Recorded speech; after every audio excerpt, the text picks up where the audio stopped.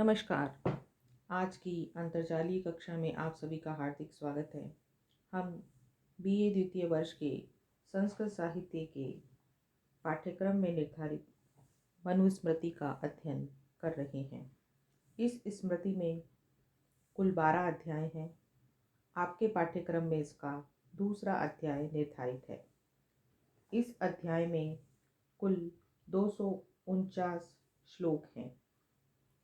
इसके 16 श्लोकों का अध्ययन हम पूर्व के वीडियो में कर चुके हैं। इसी की निरंतरता में इसका अग्रिम श्लोक इस प्रकार है।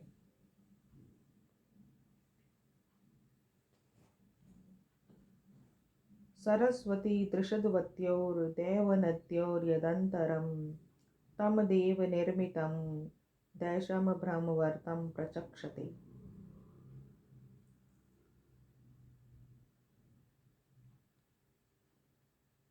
इस श्लोक के अंतर्गत ब्रह्मावर्त देश की सीमा का वर्णन करते हुए कहा गया है कि सरस्वती तृषद्वत्यो देवनद्यो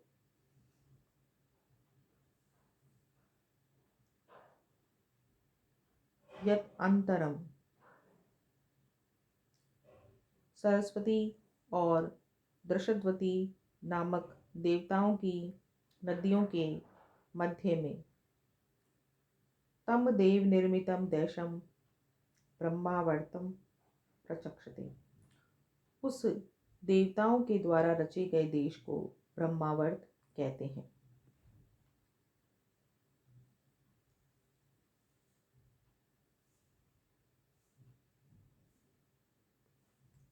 इस प्रकार इस श्लोक के अंतर्गत धर्म के अनुष्ठान के योग्य देशों का वर्णन करते हुए कहा गया है कि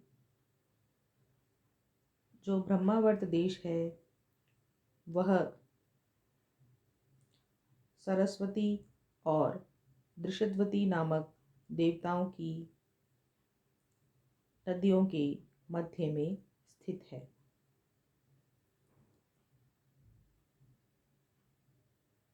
अग्रिम मंत्र है तस्मिन् देशे यह आचार पारंपर्य क्रमागत वर्णानां सान्तरालानां स सदाचार उच्यते।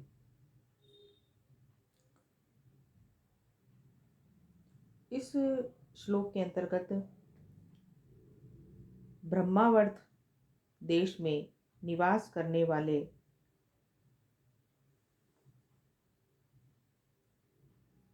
व्यक्तियों के आचरण को सदाचार कहते हैं। इसी का वर्णन करते हुए कहा गया है कि तस्मिन् देशे सान्तरालानां वर्णानां पारंपर्य क्रमागतः यह आचार, उस ब्रह्मावर्त नामक देश में ब्राह्मण, क्षत्रिय, वैश्य तथा शूद्रों का और वर्ण संकरों का परंपरा से क्रमबद्ध जो आचार है सह सदाचार उच्यते, उसे ही सदाचार कहते हैं। इस प्रकार ब्रह्मावर्त देश के आचार को ही सदाचार कहते हैं।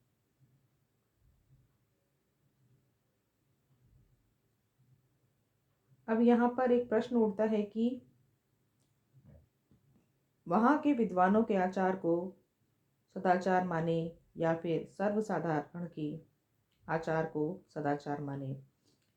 यदि विद्वानों के आचरण को कहें तो वह सभी देशों के वेदवेत्ताओं का माना जाएगा, क्योंकि आचारश्चैव साधूनाम इस प्रकार से पूर्व में कहा जा चुका है।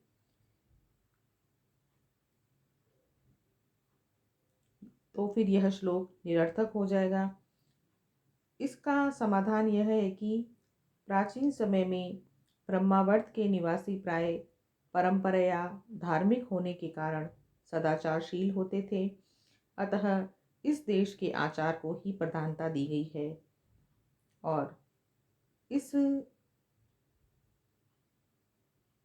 प्रकार इस श्लोक में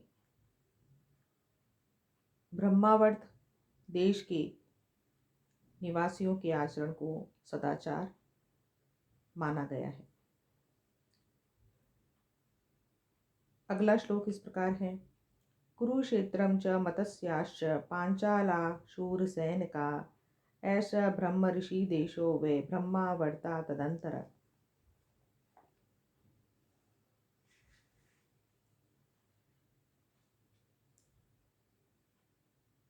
इस श्लोक के अंतर्गत कुरुक्षेत्र आदि जो देश हैं उनको ब्रह्म ऋषि देश होने का कथन है। कहा गया है कि कुरुक्षेत्रम मतस्यः पांचाला शूरसैनिका च। कुरुक्षेत्र, मत्स्य, पांचाल और शूरसेन ऐसा ब्रह्मावर्तात् अनंतरः। ये भूभाग ब्रह्मावर्त से निकटस्थ प्रदेश हैं, समीपवर्ती हैं। वह ब्रह्म ऋषि देश उच्यते। इन्हें ही ब्रह्म ऋषि देश कहा जाता है।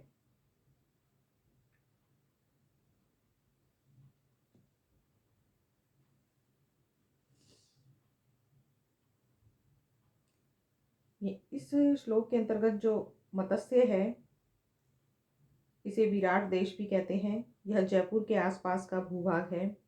इसमें अलवर भी शामिल है।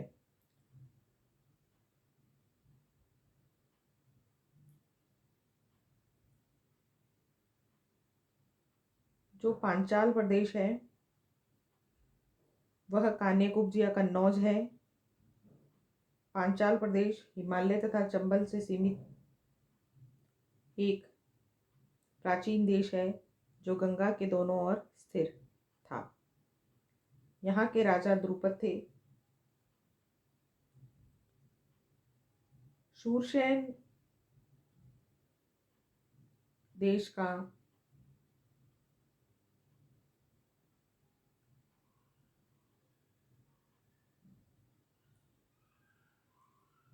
अर्थ है मथुरा मंडल। कृष्ण के पितामह का नाम भी शूरसेन था। कुरुक्षेत्र दिल्ली के पश्चिम में एक तीर्थ स्थान है।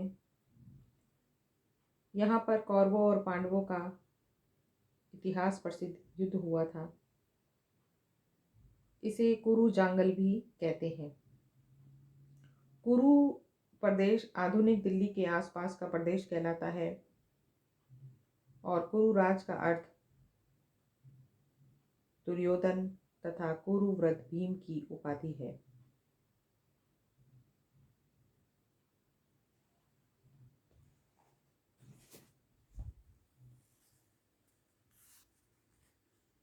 इस प्रकार आज हमने मनुस्मृति के 3 श्लोकों का अध्ययन किया। अब मैं अपनी वाणी को यहीं विराम देती हूँ। धन्यवाद।